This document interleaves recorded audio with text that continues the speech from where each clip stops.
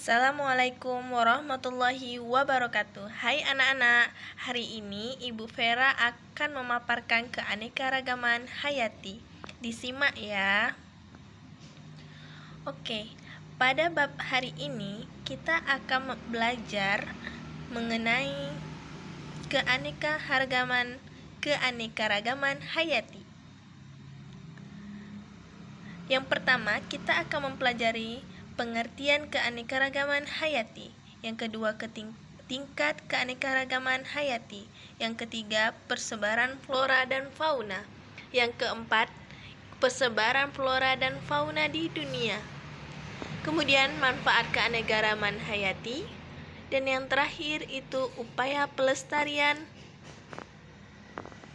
Namun, untuk pertemuan hari ini yang akan kita fokus pelajari adalah bagian yang ini saja. Apakah kamu siap untuk belajar? Ibu rasa kamu sudah siap ya untuk belajar. Keanekaragaman hayati atau biasa disebut juga dengan biodiversitas. Nah, keanekaragaman sendiri itu artinya adalah beraneka ragam, bermacam-macam. Hayati itu artinya adalah segala sesuatu yang hidup. Jadi keanekaragaman hayati atau biodiversitas itu artinya keseluruhan variasi pada makhluk hidup yang terjadi karena adanya perbedaan warna, ukuran, bentuk, jumlah, tekstur, sifat, habitat, dan lain-lain. Jadi benar-benar keseluruhan variasi. Karena makhluk hidup itu kan beraneka ragam, macam-macam gitu ya. Dan ini disebut sebagai variasi. Bisa terjadi karena berbagai macam hal. Dan terjadinya itu bisa karena adaptasi maupun karena evolusi. Adaptasi itu adalah penyesuaian diri dari makhluk hidup terhadap kondisi lingkungan yang berbeda. Sedangkan evolusi itu artinya adalah perubahan yang terjadi secara lambat sehingga memunculkan adanya spesies-spesies yang baru. Sampai sini paham ya tentang pengertian keanekaragaman hayati. Biodiversitas dapat terjadi pada berbagai tingkatan kehidupan, mulai dari organisme tingkat rendah sampai organisme tingkat tinggi. Secara garis besar, biodiversitas ini dibagi menjadi 3 tingkat, yaitu ada keanekaragaman tingkat gen, keanekaragaman tingkat spesies, dan keanekaragaman tingkat ekosistem. Kita akan pelajari tingkat keanekaragaman hayati satu persatu ya. Kita mulai dulu dari keanekaragaman tingkat gen.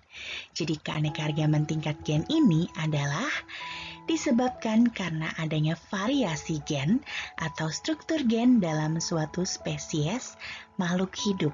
Jadi kalau keanekaragaman tingkat gen ini terjadinya pada satu spesies yang sama atau satu jenis yang sama. Dan keanekaragaman hayati tingkat gen ini disebut sebagai varietas. Nah, sebagai contoh misalnya mawar. Mawar itu kan ada yang warnanya merah, ada yang warnanya putih, ada yang warnanya pink gitu ya. Padahal satu jenis mawar, tapi warnanya berbeda-beda. Nah, ini mengakibatkan adanya suatu variasi. Nah, selanjutnya juga manusia. Ada orang yang kulitnya putih, ada yang kulitnya hitam, ada yang rambutnya keriting, ada yang rambutnya lurus, ada yang matanya belok, ada yang matanya sipit gitu ya. Walaupun kita satu jenis yang sama, tapi setiap orang punya ciri khasnya masing-masing, punya karakternya masing-masing. Dan itu disebut juga sebagai variasi yang ditimbulkan oleh gen. Gitu. Jadi gen antara satu orang dan orang lain itu pastinya berbeda. Kamu sama orang tua kamu, ayah dan ibu juga pasti ada perbedaan dari gennya, makanya rupanya tidak sepenuhnya sama. Selanjutnya juga kucing. Kucing kan ada kucing hutan, ada kucing rumahan, ada kucing anggora gitu macem-macem ya. Warna bulunya juga berbeda-beda, bentuknya juga berbeda-beda. Nah itu ditimbulkan akibat adanya variasi dari gen. Selanjutnya, keanekaragaman tingkat spesies. Keanekaragaman ini ditemukan pada komunitas atau kelompok berbagai spesies makhluk hidup dalam genus atau famili yang sama. Jadi, walaupun mereka berbeda spesies, tapi mereka dalam satu genus atau famili yang sama. Contohnya, ada singa, macan tutul, harimau, dan kucing. Mereka berbeda jenis, berbeda juga habitatnya, berbeda juga tingkah lakunya, berbeda-beda ya. Tapi mereka tergolong dalam satu famili yang sama, yaitu Felidae. Selanjutnya, ada juga pohon kelapa, pohon palem, dan pohon aren. Nah, walaupun mereka jenisnya berbeda, spesiesnya berbeda, tapi mereka ini satu famili, yaitu famili Araceae. Dan selanjutnya juga ada lengkuas, jahe, kunyit. Mereka walaupun berbeda jenis, tapi mereka satu famili, yaitu famili Zingiberaceae. Yang terakhir, ada keanekaragaman tingkat ekosistem. Nah, keanekaragaman ini terjadi akibat perbedaan letak geografis yang menyebabkan perbedaan iklim. Nah, perbedaan iklim ini dapat menyebabkan terjadinya perbedaan temperatur, curah hujan, intensitas cahaya, dan lamanya penyinaran. Oleh karena itu, keadaan ini akan berpengaruh terhadap jenis-jenis flora dan fauna yang menempati suatu daerah. Nah, keanekaragaman tingkat ekosistem ini dibedakan menjadi ekosistem darat dan ekosistem perairan. Jelas berbeda ya, ekosistem darat dan ekosistem perairan itu antara flora dan faunanya juga pasti akan sangat berbeda. Keanekaragaman ekosistem yang ada di darat ini memunculkan berbagai macam bioma. Apa saja biomanya? Yang pertama ada hutan hujan tropis.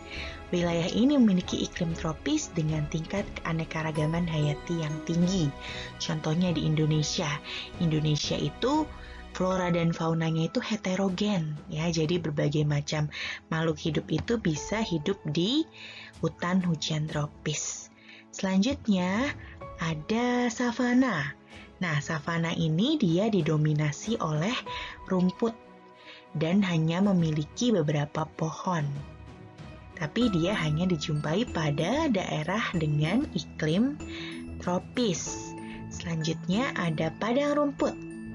Padang rumput ini dia dijumpai di wilayah dengan iklim tropis dan juga subtropis. Nah, dia didominasi oleh hewan-hewan yang memakan rumput. Itu bedanya apa dengan savana? Bedanya kalau padang rumput ini dia tidak ada pohon sama sekali. Selanjutnya ada gurun. Nah, kalau gurun ini adalah wilayah yang temperatur udaranya itu sangat ekstrim dan curah hujannya pun sangat rendah.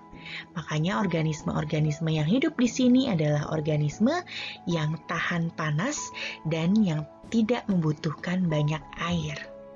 Selanjutnya ada hutan gugur. Nah, hutan gugur ini dia berada pada daerah dengan 4 musim ya. Jadi ada 4 musim dan ciri khasnya ini adalah daun-daun pepohonan berwarna kuning kemerahan. Selanjutnya ada taiga. Nah, taiga ini dia juga mengalami 4 musim. Tapi dia kebanyakan ditumbuhi oleh pepohonan dengan daun yang berbentuk seperti jarum. Selanjutnya ada juga tundra. Nah, berbeda dari gurun ya, jadi kebalikannya. Kalau tundra ini dia suhunya itu sangat rendah. Ya, musim dinginnya itu bisa berlangsung hampir 9 bulan gitu. Jadi tidak ada matahari yang menyinari selama 9 bulan itu. Ekosistem perairan. Ekosistem perairan ini terbagi menjadi dua, yaitu ada air tawar dan air laut. Kalau air tawar, suhunya itu rendah, salinitas atau kadar garamnya juga rendah, serta penetrasi cahaya mataharinya itu juga kurang. Dan ekosistem air tawar ini berdasarkan keadaan airnya dibedakan menjadi lentik, yaitu yang airnya tenang seperti danau dan rawa, dan lotik yang airnya mengalir seperti sungai dan air terjun. Nah, sementara air laut berdasarkan macamnya dibedakan menjadi laut dalam, terumbu karang, estuari, pantai pasir, dan pantai batu. Bedanya air laut dan air tawar, kalau air laut ini suhunya itu tinggi, salinitas atau kadar garamnya juga tinggi, dan penetrasi cahayanya itu juga tinggi. Nah, perbedaan antara air tawar dan air laut ini mengakibatkan flora dan fauna yang ada di dalamnya juga pasti sangat berbeda. Komponen biotik ekosistem perairan atau organisme akuatik ini dibagi menjadi 5 kelompok besar. Ada plankton. Plankton ini adalah organisme perairan yang bergerak pasif, jadi dia hanya mengikuti arus. Contohnya ada fitoplankton dan zooplankton. Selanjutnya ada nekton. Kalau nekton ini adalah organisme perairan yang bergerak aktif. Contohnya seperti ikan dan katak. Selanjutnya ada neuston. Neuston ini adalah organisme yang mengapung di permukaan air. Contohnya seperti serangga maupun teratai. Selanjutnya ada bentos. Bentos adalah organisme yang berada di dasar perairan. Contohnya seperti udang, kepiting, dan cacing. Selanjutnya ada perifiton. Perifiton ini adalah organisme yang melekat pada organisme yang lain. Contohnya seperti ganggang dan siput. Indonesia itu adalah negara yang sangat kaya akan biodiversitas. Oleh karena itu, maka flora dan fauna yang ada di Indonesia ini juga sangat beragam. Apa itu flora dan fauna? Flora adalah seluruh jenis tumbuhan yang ada di suatu daerah tertentu. Sementara fauna adalah seluruh hewan yang menempati wilayah tertentu. Secara umum, persebaran flora dan fauna di Indonesia dipengaruhi oleh letak geografisnya.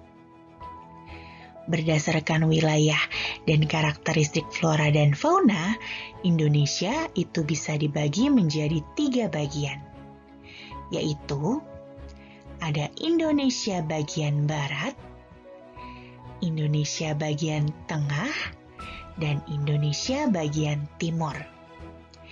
Ketiga bagian ini dipisahkan oleh garis Wallace dan garis Weber.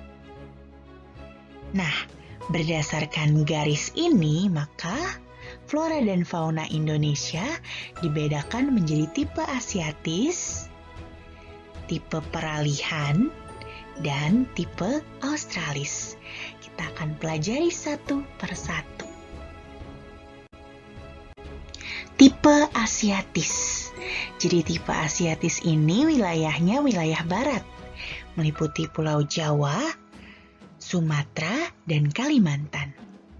Flora dan fauna yang ada di sini hampir sama dengan yang ditemukan di Asia. Flora yang ditemukan juga heterogen seperti tanaman lumut, paku, jamur, meranti, mahoni, dan damar. Jadi heterogen, bermacam-macam.